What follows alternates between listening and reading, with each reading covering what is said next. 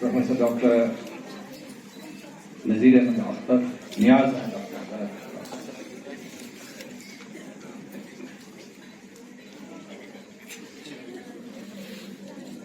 Janaab Mujibur Rahman Shami Sahab, Professor Dr. Amreen Javed, Dean Faculty of Social Sciences, Professor Dr. Rosheen Salim, Director, School of Communications, Professor Dr. Muhammad Salim Mazhar, Pro Vice Chancellor, पहले नाम लेना चाहिए, और मुजाहिद मंसूर साहब, नवाज खरल साहब और जफर सिंधु साहब, अस्सलाम वालेकुम। मेरी दुआ तलबा और तालिबात और उसके अलावा जो यहाँ असातिज़ा बैठे हुए हैं इन सबको अस्सलाम वालेकुम। अच्छा मुझे ये बताएं कि मुझे अंग्रेजी में गुफ्तगू करनी चाहिए या उर्दू में? आपने अपना डिस्पैच न्यूयॉर्क भेजना है या कि इधर डस्के में भेजना है? डस्का में। You're all students of Institute of Communication Studies. Where are you going to send your dispatches? On Kashmir. Geneva, New York, Washington DC, London, and all the Asian Pacific capitals. So I would use a hybrid today. Although I hate them, and I usually opt for one language. But because I have to talk to you, the younger generation, and I need your attention. जिन लोगों ने अपने बाल संभाल लें, जिन्होंने बाहर जाना है वे संभाल लो, और जिन्होंने जो है बाहर जाना है वो बाहर चले जाएं, बाकी सारे के सारे इत्मीनान से बैठ जाएं। मेरा हमेशा ये तजुर्बा रहा है कि जो आखिरी मुकर्रर होता है वो आमतौर पे खाली पंडाल से गुफ्तगू करता है, क्योंकि उस वक्त तक मजमा छट चुका होता है।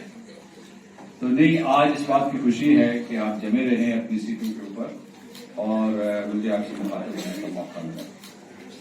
तो या बजाइए या ना बजाइए।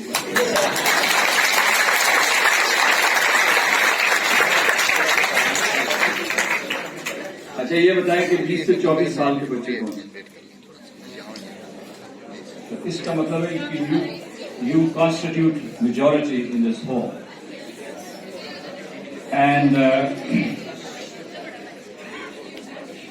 let me give a couple of messages to you in English, and then I'll of course switch to Urdu. But first, ये थोड़ी सी खामोशी इख्तियार कीजिए, खामोशी इख्तियार कीजिए, ठीक है? मैं आपसे ये कहना चाहता था कि देखिए, you're all students of Institute of Communication Studies, so I should talk to you about the importance of communication. I was really impressed by the remarks that were made by Mr. Mujahid Mansoori, because he outlined a role for you. And this is a role for you now, and this is a role for you in the future. Because this is going to be your full-time profession, directly or indirectly. Here in this nursery, communicators for Pakistan, communicators for Kashmir are being nurtured. And you have to fulfill this responsibility. But what is your objective? Why would you do that? It's because you want to become paid journalists and that the profession of journalism has become very lucrative. No, it's something beyond that. Something more sublime than that. And what is the sublimity? And I say that you have to take the state of Pakistan to the front rank of nations. If there are 10 nations in the world in 20 years and they are the strongest and the most powerful nations on the face of the earth, Pakistan should be standing in that row. And that is your sublime objective.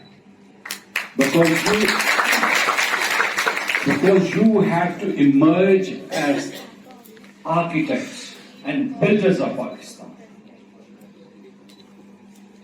Your sights should be higher and higher. And this is what I want to motivate you, as a matter of fact.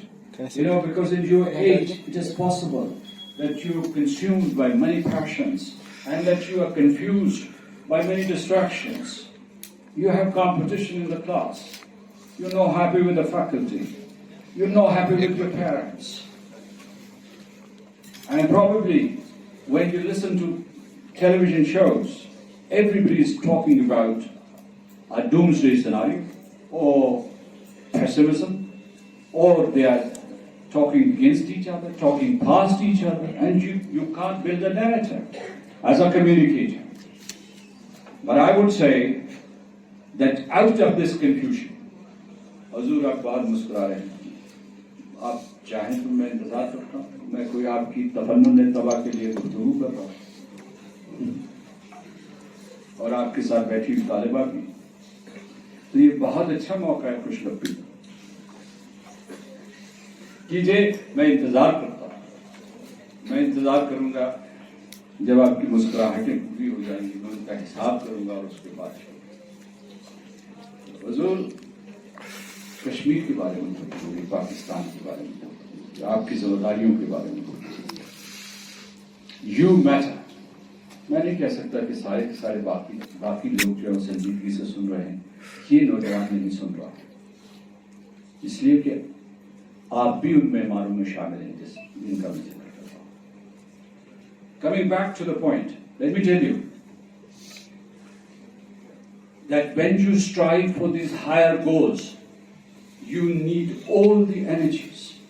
You need all the energies because the founders of Pakistan, the founding fathers of Pakistan, millions of people gave sacrifices and they strived for the creation of Pakistan. And what was the hallmark of Azad Muhammad Ali Jinnah? Defiant. He was defiant and he turned impossible into possible. This is what he did.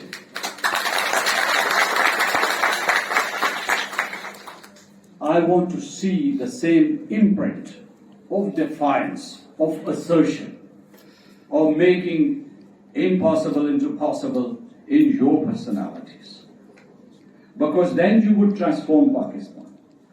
Otherwise, we would continue to talk ad nauseum and we would reach nowhere. Now, I said that this was created because of the sacrifices of millions of people, Qaeda and Muhammad Ali Jinnah, but also this was a divine gift to the people of Pakistan. And a divine gift to the Muslims of the world. Because what was your purpose for creating this state? The state that you created, the state of Pakistan, was to start and lead a renaissance of the Muslims. Because at that time, most of the Muslim nations all around the world, were under colonial rule and alien domination and foreign occupation. And Qaeda Muhammad Ali Jinnah and his followers, they liberated this territory. And we said that we would create a modern Islamic state, which would be a model for the rest of the world. This was a state anchored in humanitarianism, in economic justice. So this is the message, the first message that I wanted to give to you. The second message is that you, the people of Pakistan, you, the state of Pakistan, are incomplete without the inclusion of the state of Jammu and Kashmir and without the participation of the people of Jammu and Kashmir. If they are not with you, you are incomplete as a state.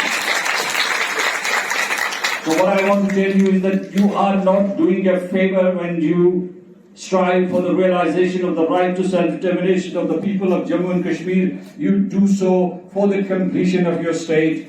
You do so for the defense of your state. You do so for the survival of your state. Let this message be clear. It's not a charitable act that you're performing. And why is that so? Because there were two forces before 1947 amongst the Hindu leadership. One school of thought said that an undivided India would be secular. That all citizens would be equal. That religion would not matter. That there would be no discrimination against Muslims. There would be no differentiation between Muslims and Hindus and Sikhs and Christians. But our leaders, they knew better that they were lying through their teeth. That this was sheer hypocrisy. And the other school of thought, they said, India is impure as long as Muslims are there. And this doctrine was propagated by the Rashtriya Swayamsevak Sangh. And the Bharatiya Janata Party, which is ruling India today, is a political wing of the Rashtriya Swayamsevak Sangh. They are fascists. They want to wipe out Muslims from the soil of India, and they want to wipe you out or make you a subordinate nation, a divided, disintegrated nation. Would you let that happen? Would you be complicit in your self-annihilation? And I'm sure your answer would be no, a resounding no. And this would be coming from your heart, not from your mind. I know. But the reason I mention this is because Qaid Azam Muhammad Ali Jinnah was proven right decades after the creation of Pakistan. Because that thin glue which was called secularism was discarded and cast aside by the zealots and extremists and fascists of India. And now they are saying today to the Indian Muslims that you are not equal citizens, you are second-rate citizens. And in fact, the soil of India would not be pavitra, would not be pure as long as Muslims live there. They would either be exterminated or they would be forced to migrate or they would be forced to reconvert to Hinduism, and then there would be an acceptance for them. Why do I inform you about these things? Because you think that this is only Kashmir is burning and we are safe. And I want to tell you that as long as Kashmir is burning, you are not safe at all. Under any circumstances.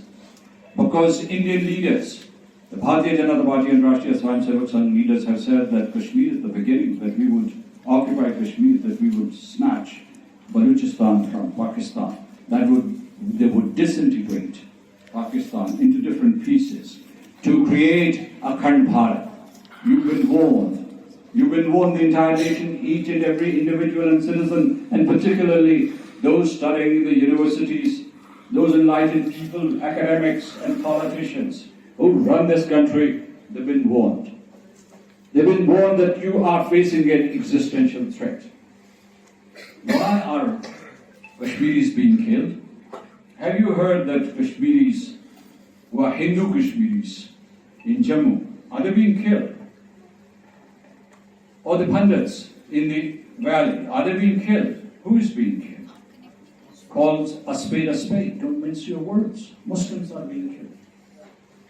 And Muslims are being killed because they are Muslims, because of their identity.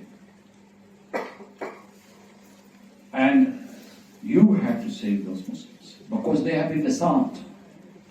And they have been attacked and invaded by 900,000 troops who brutalize the people of Jammu and Kashmir every day. Every day, young men of your age,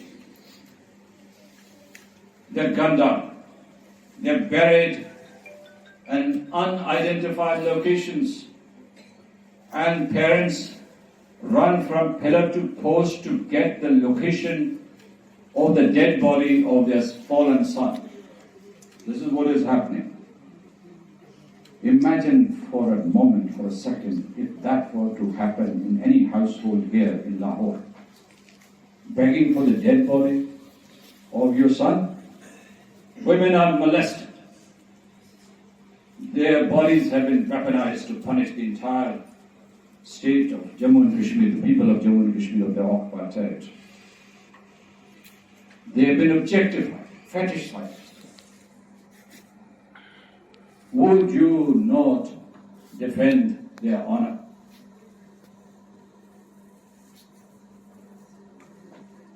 I am putting these questions to motivate you, to create a stronger Pakistan state, and to have this resolve in your heart that under all circumstances that you will fight, and fight to the hilt, to the end, and you would liberate the incarcerated and besieged people of Jammu and Kashmir, who are your kith and kin, who are your blood, who are part of your body, who are part of your body politic, for God's sake.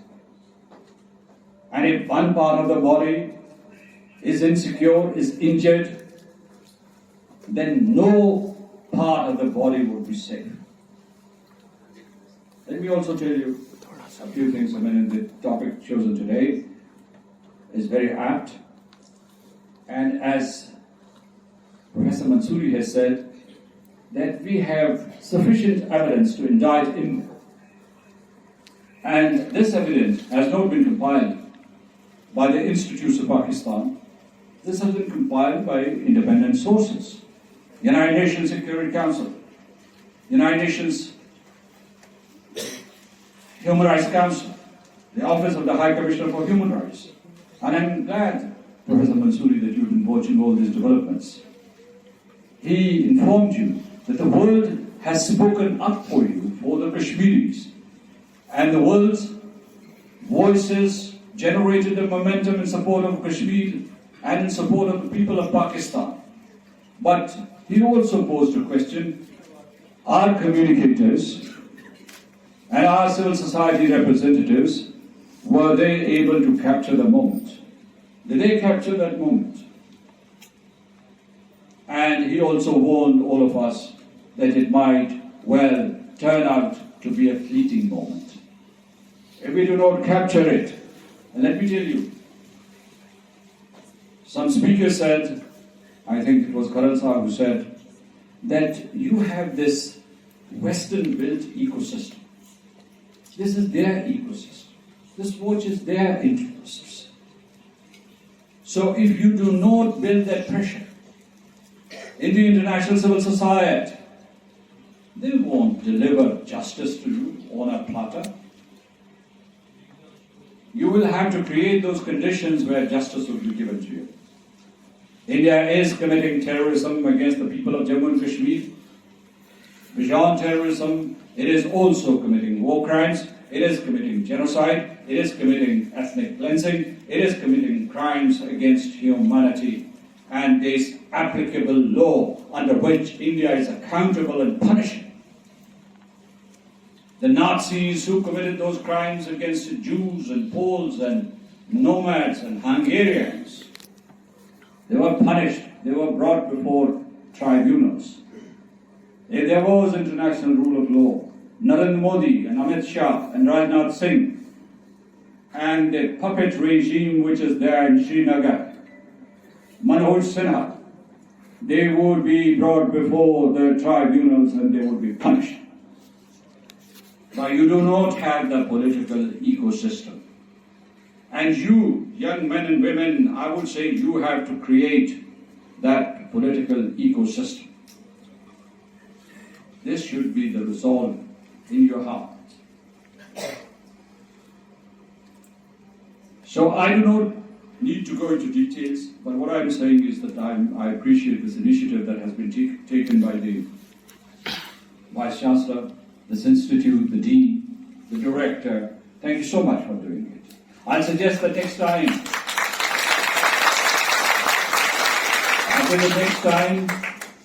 you organize such a seminar, involve youth. Give them a project. Give them a project so that they start thinking. You know, you'd be surprised to know, let me recall something years ago when I was in the Foreign Ministry and I was Director General of the United Nations, and at that time Fatima Jinnah University invited me to do a semester on part-time basis, as a matter of fact. Although I was working in the Foreign Office, but the Vice Chancellor invited me. And what I did was that, I gave them many exercises, students like you, for instance. But one project was Kashmir, Project Kashmir. And what was that? From amongst the students, I selected 15 members of the Security Council, the Secretary General, also the Secretariat, and I said that here is the issue of Jammu and Kashmir and resolve it. So that this would broaden their understanding of the issue. Now, I think that I would suggest that because we need to involve youths, as Mrs. Zafar Sindhu, where is he? मैंने शुरू में आपका नाम लिया था मुझे जो माफी होगी मैंने सोचा भूल गया क्योंकि ये हमारे राब्ताकार थे तो मैं ये कह रहा था कि you see that this would train people. You would think about how is very important. You know, we're sitting in this room, everybody would want Pakistan to become a strong nation. Everybody wants Kashmir to be liberated. But the central question is which every academic and planner and politician and governor and ruler faces is how to do it. It's not so much in what to do, but how to do it.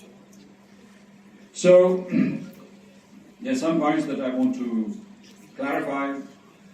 We've talked about terrorism, we talked about the international community's response. It is there, it is fading and waning unless you capture it. And don't expect, one question that I want to pose to you. Pose this question to yourself as a nation in a non-polemical fashion. What are you doing for Kashmir? For instance, one of my complaints is that you don't show up in large numbers in squares, streets, and highways to demonstrate your anger. So when it is the 5th of February, of course you would organize events, but I think there should be a mass reaction to what is happening in the Indian occupied Jammu and Kashmir. And this reaction should be palpable. People have cited the example of George Floyd because the world stood with the African Americans, but why are they standing with the people of Jammu and Kashmir? And I'll tell you because the people of Pakistan are not standing up. Because before the world stood up with George Floyd and also the African Americans, the entire American nation was mobilized. And that's why they stood up. Don't expect, I was talking to another audience yesterday and I said, look, the onus is on you to attract the attention of the international community and to mobilize and galvanize the international opinion. It's not the other way around. The world is governed and determined by realpolitik. People watch their interests. Nations watch their interests. They would not voluntarily, of their own volition, come and deliver a solution to you or protect the people of Jammu and Kashmir. It is our responsibility. Let me also tell you, the outreach matters. I have not been blowing my trumpet, but I can tell you that I assumed my office as the president of Azad Jammu and Kashmir on August the 5th, 2016. And I can tell you, young men and women, that I have not paused for a day, for a minute, since that moment. And I've been going to different capitals of the world and to the parliaments and to the media houses and to think tanks all over the world before COVID-19. And after COVID-19, we used Zoom technology extensively to make people aware of the issue of Jammu and Kashmir. People have responded, for God's sake. When you knock on the doors, people open doors. And when you knock on the doors and people do not open the doors, keep knocking on those doors until they open them.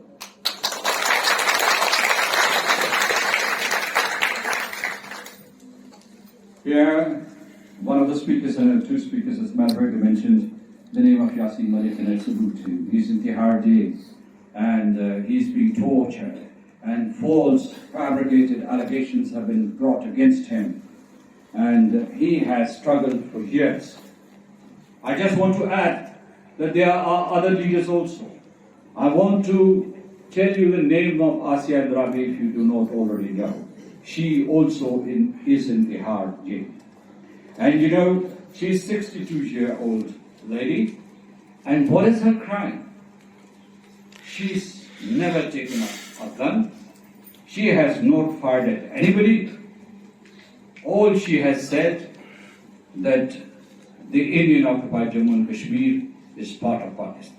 All she has done is that she has sung the anthem of Pakistan. She's a traitor, and her act is treasonable. And let me tell you that Sayyid Ali Gilani said that he is the most popular leader in the Indian occupied Jammu and Kashmir. And he said, Pakistan hamara hai, hum Pakistani. It is very difficult to say this when you're being targeted by bullets and pellet guns and bayonets and the most lethal weapons on the face of the earth. But let me tell you that young children are chanting the slogan of Azadi and they are saying Pakistan Zindabad. And there are other leaders whom I salute. Ashraf Sahrai, for instance, he's lost his son. He was gunned down and Ashraf Sahrai has been detained. And Musarat Alam Bhag. And Shabir Shah. Shabir Shah, who's been in prison for 33 years, for God's sake. 33 years is not a short duration. So I salute and I appeal to you to salute these leaders today. Do you know that yesterday was the day, it was 23rd of February, and what is the significance of this day? Because in 1991, the Indian soldiers in a place called Koran Pashpura, they cordoned off that village. And these brutal armed forces, they raped women. Some of those rape survivors are alive to tell their stories. One such story has been carried by the BBC. Are you aware of Kunun Pashpur? And you know, according to conservative estimates, 80 women were raped that night. And India has not prosecuted a single soldier. According to the testimonies given by the villagers, the number could be hundreds of women were raped that night. And the entire Kashmiri nation was dishonored. The entire Pakistani nation was dishonored. All Muslims were dishonored. That night, that dark night. You should dedicate this seminar to those women, those victims of collective rape that was committed, the crime of rape that was committed against them.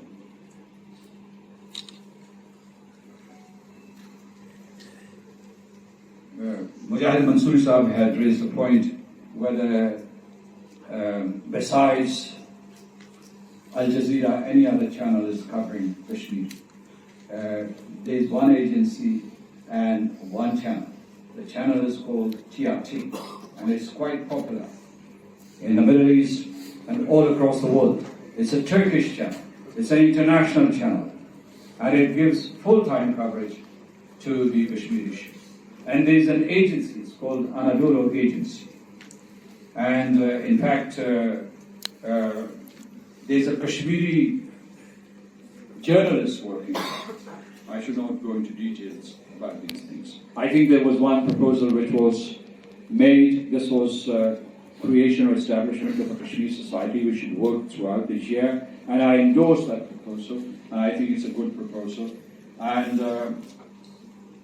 the last point that I want to make is that when we do this diplomatic outreach, when we want to go to the world, or we want to bring interlocutors to Islamabad or Lahore or Karachi or Quetta or Peshawar or Muzaffarabad and Rawalakot and Mirpur until our brothers and sisters are in chains. Give Kashmiris the front seat, for God's sake. Because the issue is about the future of the people of Jammu and Kashmir, and according to the United Nations Security Council resolutions, they are the ones who have to determine their political future. So there are three parties to the dispute. Try to understand this.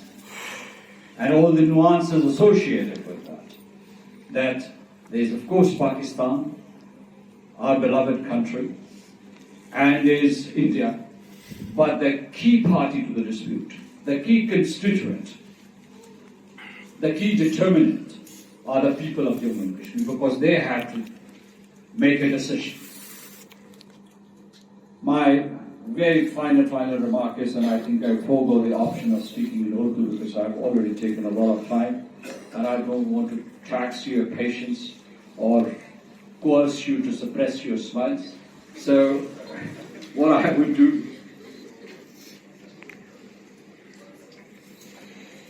okay, I understand. But the last thing that I want to say is that for Kashmir, Pakistan has given many sacrifices. We, the people of Jammu and Kashmir, are not ungrateful. We know that Pakistan fought with Kashmiris shoulder to shoulder in 1948. The people of Jammu and Kashmir, I can tell you, they fought their own battle in 1947. The area that I come from, or the people of Gilgit-Baltistan, they liberated their territory. Later on, the tribals came from Khyber Pakhtunkhwa. At that time, it used to be called Northwest Frontier Province. But then, year after year, Pakistan fought for Kashmir. Some people say Pakistan is not fighting for Kashmir. Whenever there was an occasion, Pakistan fought for Kashmir.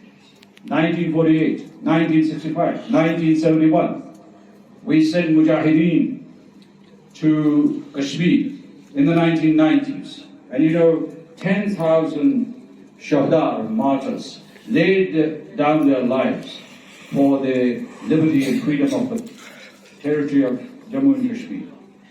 And 8,000 of them were from Pakistan and 2,000 from Azad Kashmir.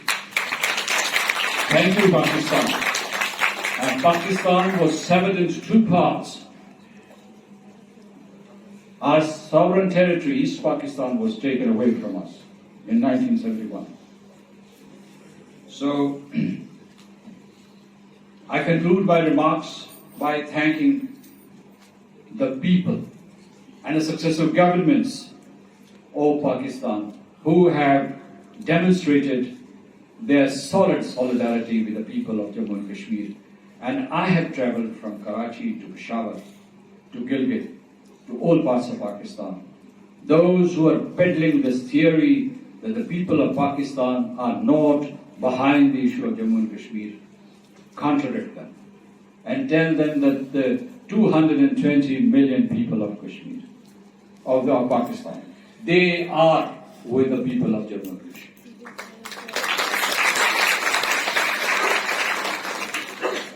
I've been asked that I should say a few words. I will say a few lines in Urdu. जनाब जो मैंने कहा है मैं उसका खुलासा पेश करना चाहता हूँ बहुत मुख्तसरन। मैं बुनियादी तौर पर ये कह रहा था इन बच्चों को कि ये एक मजबूत पाकिस्तान और बनाएं, अपने अगले जो 10, 20 और 30 साल हैं उसमें अपना एक हदफ बनाएं, एक मकसद बनाएं कि पाकिस्तान को अजीम तरीन रियासतों की सब में शामिल करें। क्योंकि पाकिस्तान एक अजीम रियासत है और ये मशीयत इज़्ज़त से, हुक्म खुदाबंदी की वजह से आपको मिली है और बानियान पाकिस्तान की वजह से मिली है। तो इस रियासत की हिफाजत, इसकी नशो नुमा, इसकी पर्दाख ये आपकी जिम्मेदारी बनती है, इन नस्लों की जिम्मेदारी बनती है। दूसरा नुकता मेरा ये था कि अगर आप मजबूत होंगे और अगर आप सारी दुनिया से जुड़े होंगे तभी आप कश्मीर को आज़ाद करवा सकते हैं। और तीसरी बात मैंने ये कहा है कि कश्मीर को आज़ाद करने के लिए खासतौर से आपकी जो सलाहियतें हैं, इब्लाग आमा से मुताल्लिक जो सलाहियतें हैं, उनको बरूकार लाएं, उनका इस्तेमाल करें और दुनिया को बजाय रोने धोने के, बजाय मातम करने के, बजाय शिकवा शिकायत करने के कश्मीर को आज़ाद करवा दें। پھر میں نے یہ کہا کہ ہندوستان کشمیریوں کے خلاف ریاستی دہشت گردی کر رہا ہے اور اس کے ثبوت موجود ہیں. وہ اس وقت جو ہے نسل کشی کر رہا ہے کشمیر میں، نسلی تطہیر کر رہا ہے، جنگی جرائم کا ارتکاب کر رہا ہے اور انسانیت کے خلاف جرائم کا ارتکاب کر رہا ہے. اور یہ سارے کے سارے جرائم جو ہیں یہ قابل گرفت ہیں اور اس کے لیے بین الاقوامی قوانین موجود ہیں.